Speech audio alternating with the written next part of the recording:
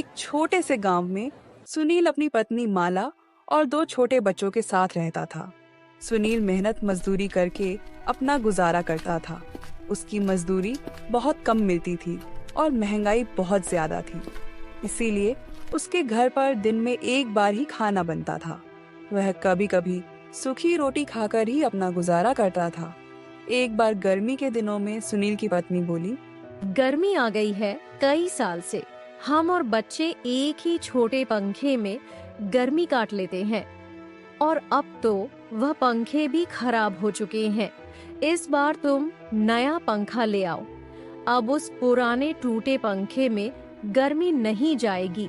बच्चों को गर्मी से परेशान देखकर रोना आता है।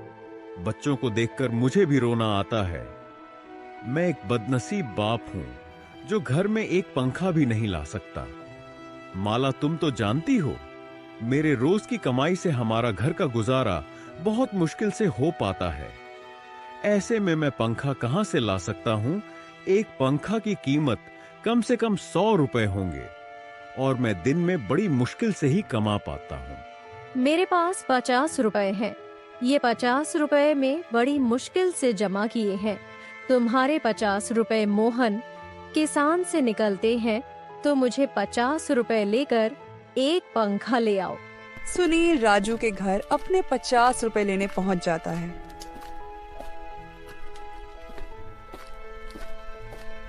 राजू अपने घर के बाहर दरवाजे पर बैठा हुआ होता है। सुनील को अपने घर आता देखकर राजू उससे कहता है, अरे सुनील भाई, आज मेरे घर कैसे आना हुआ? सब खैरियत तो है ना? हाँ भैया, ऊपर वाले का शुक्र है। दरअसल मैं तुम्हारे पास अपने उधार दिए हुए 50 रुपए लेने आया हूं। मुझे एक पंखा लाना है। बगैर पंखे के रात दिन काटना मुश्किल हो जाती है। सुनील भाई, तुम्हारा दुख मैं समझ सकता हूँ, लेकिन मेरी स्थिति भी कुछ सही नहीं है। इस समय घर में एक पैसा भी मौजूद नहीं है। तू अपने 50 रुपए फिर कभी ले जाना। इतने में ही राजू की पत्नी आ जाती है। तुम सुनील भाई के पैसे क्यों नहीं देते हो?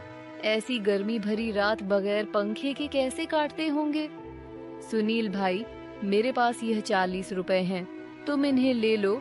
बचे हुए 10 रुपए मैं तुम्हें बाद में दे दूंगी। सुनील 90 रुपए लेकर पंखे की दुकान पर पंखा लेने जाता है। दुकान वाले बहुत सारे पंखे दिखाता है, लेकिन कोई भी पंखा 100 से कम नहीं होता। सेठ जी, मेरे पास केवल 90 रुपए हैं। आप मुझे कोई सस्ता सा पंखा दिखा दो। अरे भाई, 100 रुपए से नीचे कोई पंखा नहीं है। सेठ जी, मुझे यह 100 रुपए वाला पंखा दे दो। मैं तुम्हें 10 रुपए 2-4 दिन में लौटा दूंगा। हम ऐसे कंगाल को उधार नहीं देते। कौन पीछे पीछे फिरे? जाओ, अपनी राह लो। 1 घंटा खराब करवा दिया। जेब में 90 रुपए लिए हो और पंखा लेने चला है 100 रुपए वाला। बेचारा सुनील सेठ की बात सुनकर निराश होकर घर की ओर निकल जाता है। रास्ते में वह सोचते जाता है, कितनी हैरानी की बात है। मैं सारा दिन काम करता हूँ, उस पर भी घर में कोई आराम का साधन नहीं है। ठंड में ठंड से परेशान और गर्मी में गर्मी से परेशान रहते हैं और ना ही कभी पेट भर खाना मिल पाता है। ऐसी जिंदगी जीने की से क्या फायदा जब मैं अपने बच्चों को सुख नहीं दे सकता। बेचारी माला ने घर से निकलते समय कहा था कि पंखा जरूर लेकर आना। अब मैं क्या जवाब दूंगा? उसको बेचारी मेरी वजह से कितनी परेशानियों का सामना कर रही है। अब मैं क्या करूं? कहां जाऊं?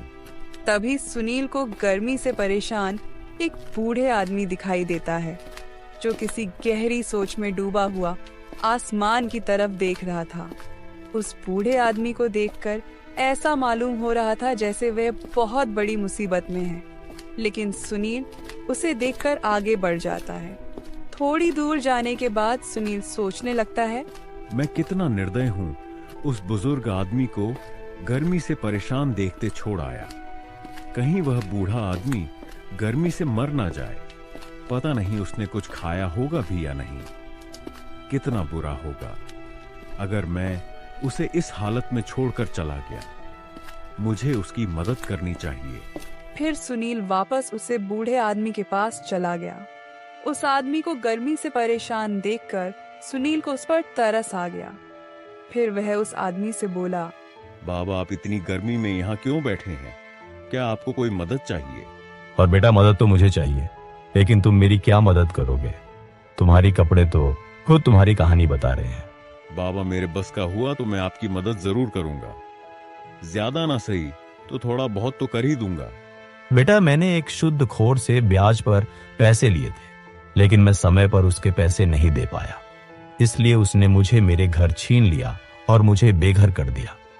मेरे पास इतने पैसे नहीं हैं कि मैं उस शुद्ध खोर को पैसे देकर अपना घर वापस ले सकूं।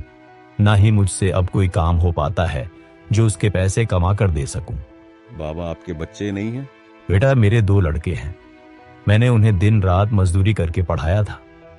जब उनकी नौकरी लग गई तो वह मुझे छोड़कर शहर चले गए। वहां जाकर उन्होंने अपना घर बसा लिया और मुझे भूल गए।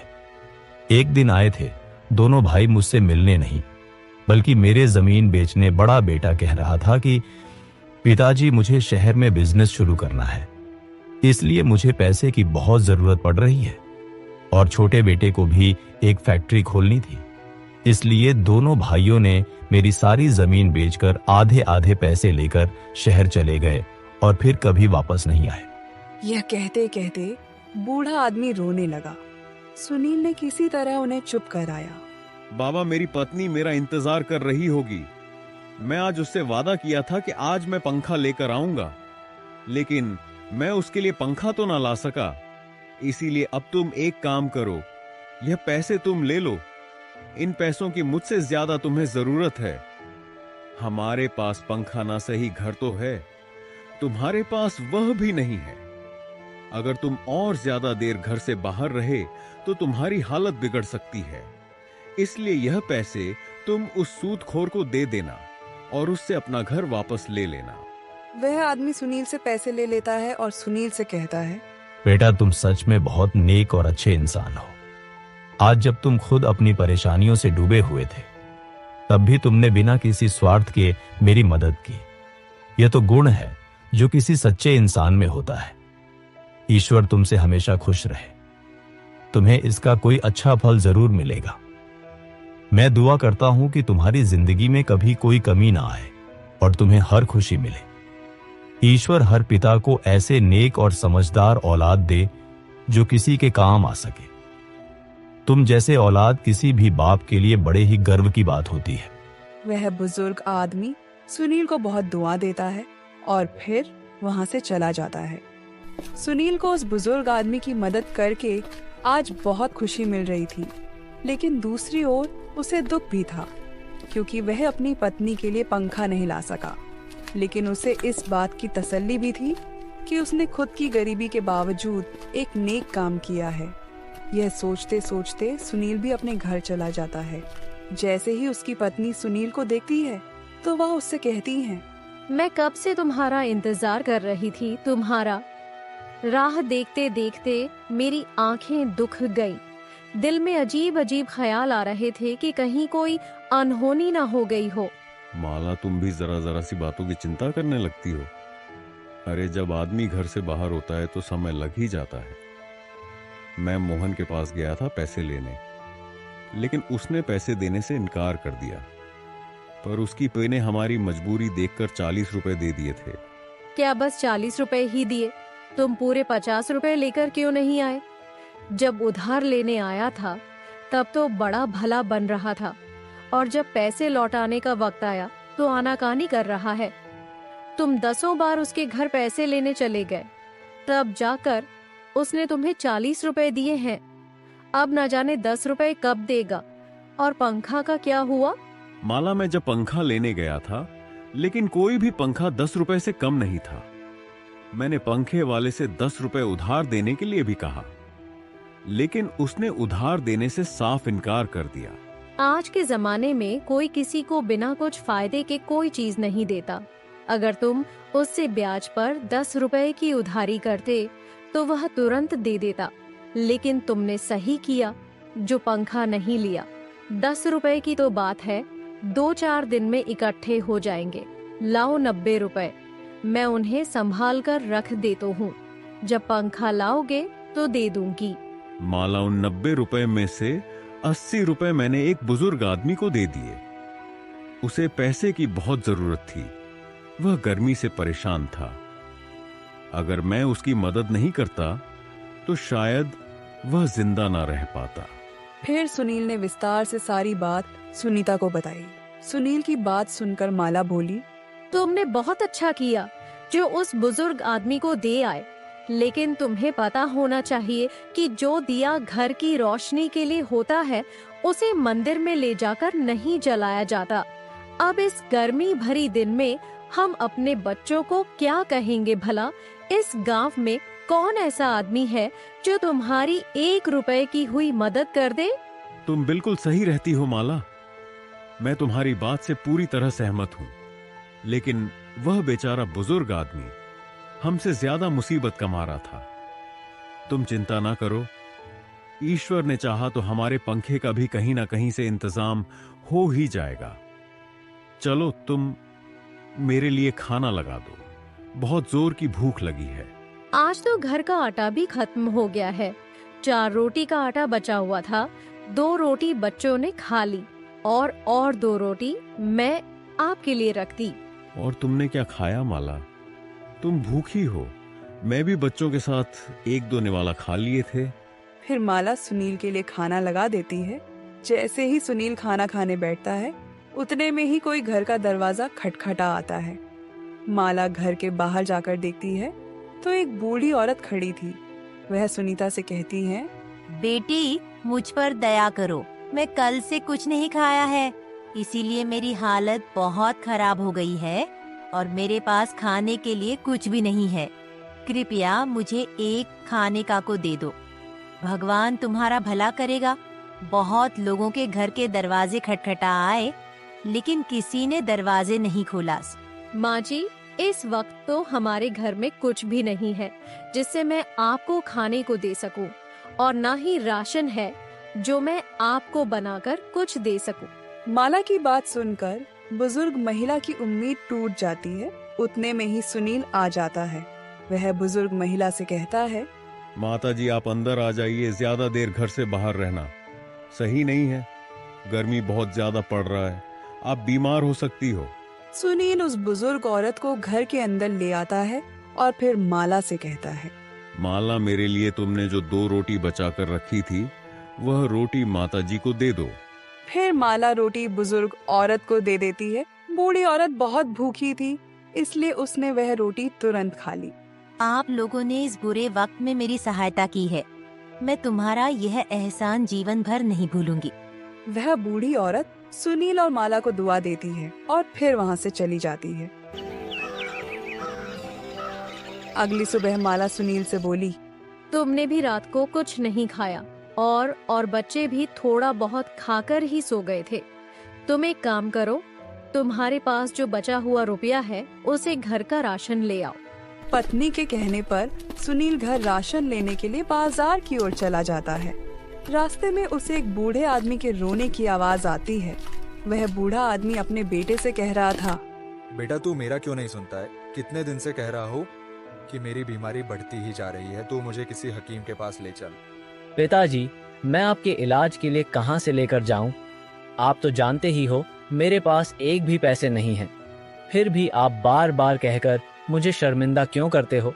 फिर सुनील उस बूढ़े आदमी के पास जाकर उसकी रोने की वजह पूछता है तो बूढ़ा आदमी उसे कहता है, मैंने अपने इस बेटे को पालने के लिए दिन रात एक कर दी। बड़ी मेहनत मशक्कत से मैं इसे पाला है। जब यह 1 साल का था तभी उसकी माँ ईश्वर को प्यारी हो गई थी। मैं चाहता तो दूसरी विवाह कर लेता, लेकिन मैंने इसकी वजह नहीं किया कि कहीं दूसरी पत्नी इसे परेशान ना करे और इसकी जिंदगी खराब हो जाए। और आज जब मैं बूढ़ा हो चुका हूँ तो यह मुझे किसी हकीम के पास नहीं ले जाता जिससे मैं अपनी बीमारी का इलाज करवा सकूं। फिर बूढ़े आदमी का बेटा कहता है, मैं इस बात से सहमत हूँ कि इन्होंने बड़ी ही तकलीफ से मुझे पाला है और पाल पोस कर जवान किया है, लेकिन मैं मजबूर हूँ। मेरे पास इतने पैसे नहीं हैं कि मैं इनको किसी हकीम के पास ले जा सकूं। सुनील तो दोनों बाप बेटे की बात सुनकर परेशान हो गया और फिर उसने अपना एक 10 रुपए जिससे वह घर का राशन लेने जा रहा था बूढ़े आदमी के बेटे को दे देता है। इस 10 रुपए की मुझे भी बहुत आवश्यकता है क्योंकि मेरे बच्चे बहुत भूखे हैं। और इस रब से मैं घर का राशन लाने जा रहा था, जिससे मैं अपने परिवार का पेट भर सकूं। लेकिन अगर तुम्हारी पिताजी को समय से इलाज नहीं मिला तो इसकी जिंदगी खराब हो सकता है। इस 10 रुपए से तुम अपने पिताजी का इलाज करवा लो। वे बाप बेटे दोनों रब लेकर सुनील को ढेर सारे आशीर्वाद देते हैं और फिर वह लोग इलाज के लिए चले जाते हैं। और इधर सुनील बड़ी उदास मन से एक पेड़ के नीचे आकर बैठ जाता है और मन में ही सोचता है, हे भगवान, मैं क्या करूं? मुझे अपने दुख से ज्यादा दूसरे के दुख दिखते हैं।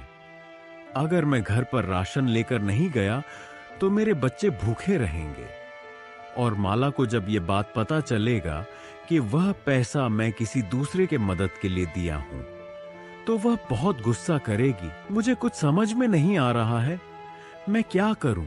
सुनील यह सब सोच ही रहा था, तभी उसके पास एक साधु बाबा आते हैं और सुनील को उदास देखकर पूछते हैं, बेटा, तुम इतने उदास में क्यों यहाँ बैठे हो? मुझे बताओ। मैं आपको क्या ही बताऊं बाबा, मेरे पास इतने दुख है कि क्या क्या बताऊं आपको। मेरे घर में कोई साधन नहीं है, ना खाने की, ना बच्चों की गर्मी में रखने की, और मुझे दूसरों का दर्द देखा नहीं जाता। अब भी मेरे बच्चे भूखे हैं और मैं अपने बच्चों के लिए कुछ खाना लेकर नहीं जा पा रहा हूं। हाँ सुनील, मैं तुम्हारे बारे में सब कुछ जानता हूँ। मैंने तुम्हें बहुत देखा है। तुम दूसरों की मदद अपनी जरूरत को भूलकर करते हो, इसीलिए आज मैं तुम्हारी मदद करने आया हूँ। बाबा, मुझे कुछ समझ में नहीं आ रहा कि आप क्या कहना चाहते हो। तभी बाबा अपने झोले में से कुछ सामान निकालकर पवन को कुछ देते हैं और कहते हैं, ये लो मशीन, इस मशीन में आइसक्रीम बनते हैं और अभी गर्मी का मौसम है। तुम आइसक्रीम तैयार करके गांव में बेचो, तुम्हारी कमाई अच्छी होगी। पर बाबा, मुझे आइसक्रीम बनाना नहीं आता, मैं ये मशीन लेकर भी क्या करूंगा? बेटा, तुम चिंता मत करो, यह ऐसी वैसी मशीन नहीं है, यह एक जादुई मशीन है। बस तुम्हें इस मशीन में सिर्फ जितना आइसक्रीम बनाना है उतना पानी और चीनी की मात्रा अपने हिसाब से डाल दो, और फिर तुम जिस फ्लेवर में आइसक्रीम मांगोगे वह बनकर तुम्हारे सामने आ जाएगा। पर हाँ, याद रखना, यह आइसक्रीम की मशीन सभी के पास नहीं टिक पाते। यह सिर्फ ईमानदार और मददगार इंसान के पास ही रह पाता है। अगर तुम्हारी अच्छी कमाई होने लगेगी तो तुम यह आइसक्रीम के मशीन को किसी मददगार इंसान को दे देना। आपका बहुत बहुत धन्यवाद बाबा, जो आपने इतनी बड़ी मदद की। मैं आपका ये एहसान जिंदगी भर नहीं भूलूंगा। आइसक्रीम का मशीन लेकर सुनील खुशी खुशी घर चला जाता है। तभी उसकी पत्नी हाथ में राशन का थैला ना देखकर उससे गुस्से में पूछती है, क्यों जी, आज भी किसी को पैसा दान में देकर आए हो क्या? घर में तो खुद के खाने के लाले पड़े हैं और चले हो समाज सेवा करने। अरे माला, पहले मेरी बात तो सुनो। मैं घर में सच में राशन लेकर नहीं आया हूँ, पर ऐसा चीज लेकर आया हूँ जो तुम खुशी से झूम उठोगी। हाँ जी, तो बताओ ना, ऐसा क्या चीज लेकर आए हो जो हमा और हमारे बच्चे का पेट भर सके और गर्मी से राहत मिले। फिर सुनील माला को वह जादुई आइसक्रीम मशीन के बारे में सब कुछ बता देता है। माला भी यह बात सुनकर खुशी से झूम उठती है, परंतु अब बात यह थी कि आज के खाने के लिए और आइसक्रीम बेचने के लिए ठेला का इंतजाम कहाँ से करें। ए जी, आप चिंता मत करो, मेरे माँ के दिए हुए सोने की अंगूठी को आप ले जाओ। सुनार के पास गिरवी रखकर कुछ पैसे उधार ले आना। फिर जब आ जाएंगे तब तुम वह अंगूठी को छुड़ा लेना। कम से कम आज बच्चे भूखे तो नहीं रहेंगे और आइसक्रीम बेचने के लिए ठेला भी आ जाएंगे। हाँ माला, तुम सही कहती हो, लाओ दे दो मुझे। वह अंगूठी मैं सुनार के पास जाता हूँ, फिर सामान और ठेला लेकर आता हूँ। फिर माला सुनील को वह अंगूठी दे देती है और सुनील खाने का राशन और ठेले लेकर घर आ जाता है। लो माला, तुम खाना बनाओ, फिर हम लोग खाना खाकर आइसक्रीम बनाएंगे। फिर वह लोग बड़े मजे से खाना खाकर माला और सुनील आइसक्रीम बनाने लगते हैं। बच्चों आइसक्रीम को बनता देख बड़ा खुश होता है। ए मेरी जादुई मशीन, मुझे चॉकलेट फ्लेवर का 50 आइसक्रीम बनाकर दो। यह बोलते ही जादुई मशीन से एक चमक सी निकलती है और उसमें से 50 चॉकलेट फ्लेवर की आइसक्रीम बनकर आ जाती है। यह देखकर बच्चे मानो उनकी खुशी आसमान तक पहुंच गई हो। फिर बच्चों ने एक एक आइसक्रीम को खाया और बड़े मजे लिए। फिर सुनील आइसक्रीम को ठेले में लेकर गांव की ओर आइसक्रीम बेचने चला जाता है। आइसक्रीम ले लो, आइसक्रीम एक बार खाओगे तो बार बार मांगोगे। यह आइसक्रीम जो एक बार छक ले वह दुनिया की सारी टेंशन भूल जाए। खाओगे तो जानोगे। ऐसे बोलते ही गांव वालों की भीड़ सुनील के पास आकर लग जाती है। बच्चे बूढ़े जवान सभी कोई सुनील से आइसक्रीम खरीदने लगते हैं। अरे वाह सुनील, आइसक्रीम खाकर तो मजा ही आ गया। इतनी स्वादिष्ट आइसक्रीम तो मैंने आज तक कभी नहीं खाई। हाँ सुनील भाई, तुम्हारी आइसक्रीम तो और सभी आइसक्रीम वालों से अलग है। ऐसा लगता है कि खाता ही रहूं। मुझे 2 आइसक्रीम और दे देना, मैं अपने बच्चों के लिए ले जाऊंगा। इस तरह से करके सुनील की सारी आइसक्रीम बिक जाती है और उसकी अच्छी कमाई होने लगती है। सुनील की अच्छी कमाई को देखकर सुनील का पड़ोसी राजू बहुत ही जलने लगता है। एक दिन सुनील का पड़ोसी राजू उससे पूछता है, अरे सुनील, तू सच सच बता, तू आइसक्रीम में ऐसा क्या मिलाता है कि तुम्हारी आइसक्रीम गांव में आते के साथ सारे खत्म हो जाते हैं? मैं और भी आइसक्रीम वालों को देखा है, मगर तुम्हारी जितनी बिकती है उन लोगों की नहीं। और तूने तो पहले दिनों में ही इतनी जल्दी तरक्की कर गया। जहां तक मैं जानता हूं, व्यापार जमने में टाइम लगता है, मगर तुम्हारी व्यापार तो पहले दिन से ही चलने लगा। ऐसा कुछ नहीं है राजू भाई। सभी आइसक्रीम वाले गांव में प्लेन आइसक्रीम लेकर आते हैं और मैं चॉकलेट आइसक्रीम लेकर आता हूँ। शायद इसकी वजह से हो सकता है। यह कहकर सुनील आइसक्रीम बेचने चला जाता है, मगर यह बात राजू को कुछ अटपटा सा लगता है। वह मन ही मन सोचता है, दाल में कुछ जरूर काला है। यह पवन बहुत तेज में से है। गांव में तो और भी लोग चॉकलेट आइसक्रीम लेकर आते हैं, पर इसकी जैसी तो नहीं बिकती। मुझे इसका पता लगाकर ही रहना होगा कि आखिरकार यह चॉकलेट आइसक्रीम में क्या मिलाता है जो सभी गांव वालों को इतना पसंद आ रहा है। अगर इस तरह से इसकी बिक्री होते रही तो ये मुझसे आगे निकल जाएगा। नहीं, मैं ऐसा होने नहीं दूंगा। फिर राजू सुनील के घर पर छुपकर निगरानी रखने लगता है। जैसे ही सुनील आइसक्रीम बेचकर घर जाता है तो अपनी पत्नी से कहता है, लो माला, पैसे को अलमारी में रख दो। कल तुम इस पैसे से बच्चे का फीस और कूलर लेकर आना। गर्मी बहुत ज्यादा हो रही है। अब हमारे दिन भी बदल गए हैं। मैं पहले एक पंखा के लिए तरसती थी, अब हमारे घर में कूलर आने लगे हैं। बस ये सब जादुई मशीन की वजह से हो रही है, वरना हमारी क्या औकात थी कूलर लेने की। आज हमारे पास जादुई मशीन ना होता तो ना जाने हम कहाँ होते। पापा, इस जादुई मशीन से मुझे आइसक्रीम मंगा दो ना, मुझे बड़ा खाने का मन कर रहा है। हाँ जी, मुझे भी आइसक्रीम खाने का बड़ा मन कर रहा है। मेरे लिए भी जादुई मशीन से मांग लीजिएगा। फिर सुनील जादुई मशीन से आइसक्रीम मांग लेता है और मशीन से आइसक्रीम बाहर निकल आता है। यह सब खड़ा होकर राजू छुप कर देख रहा था। अच्छा, तो यह जादुई मशीन का कमाल है। इसी की वजह से सुनील की आइसक्रीम गांव वालों को बहुत पसंद आ रही है। अगर यह मशीन मेरे पास आ जाए तो मैं भी आइसक्रीम बेचकर बहुत पैसे वाला बन जाऊंगा। यह सोचते सोचते राजू अपने घर की ओर चल देता है। फिर वह रात होने का इंतजार करता है। जब रात हो जाती है और सभी कोई सो जाते हैं तो राजू सुनील के घर चुपके से जाता है और वह जादू मशीन को अपने घर ले आता है। और इधर सुबह होते ही सुनील और माला आइसक्रीम वाले जादुई मशीन को खोज खोज कर परेशान होते हैं। अरे माला, अच्छे से खोजो, घर में ही होगा। अजी, मैंने सब जगह देखा पर कहीं नहीं मिल रहा है। राजू आइसक्रीम बनाने की कोशिश कर रहा था। उसने लालच में आकर मशीन में बहुत सारी दुर्लभ सामग्री डाल दी। जैसे ही उसने बोला, यह जादुई मशीन मुझे 50 आइसक्रीम निकाल कर दो। मशीन तेजी से घूमने लगी और अचानक उसमें से ठंडी बर्फीली लपटें निकलने लगी। पूरा परिवार ठंड से जमने लगा और लोग परेशानी में आ गए। अब राजू समझ गया कि जादुई चीजें बिना ईमानदारी के काम नहीं करती, लेकिन तब तक बहुत देर हो चुकी थी। मशीन बेकाबू हो गई। सभी परिवार बर्फ से जम रहे थे। तभी एक ज्ञानी साधु ने आकर कहा, बेटा, यह जादू तेरे कर्मों का फल है। जब तूने इसे चुराया तब तुझे लगा कि सब कुछ तेरा हो गया, लेकिन जादू हमेशा सच्चे हाथों में फलता फूलता है, बेईमान हाथों में नहीं। राजू को अपनी गलती समझ में आई। उसने माफी मांगी और मशीन को सुनील को लौटाने का फैसला किया। जैसे ही उसने मशीन लौटाई, परिवार वाले बर्फ पिघलने लग रहे और सब कुछ पहले जैसा हो गया। यह घटना राजू को जिंदगी भर के लिए सिखा गई कि चोरी का फल कभी मीठा नहीं होता, बल्कि वह खुद के लिए बर्फीली तबाही लेकर आता है।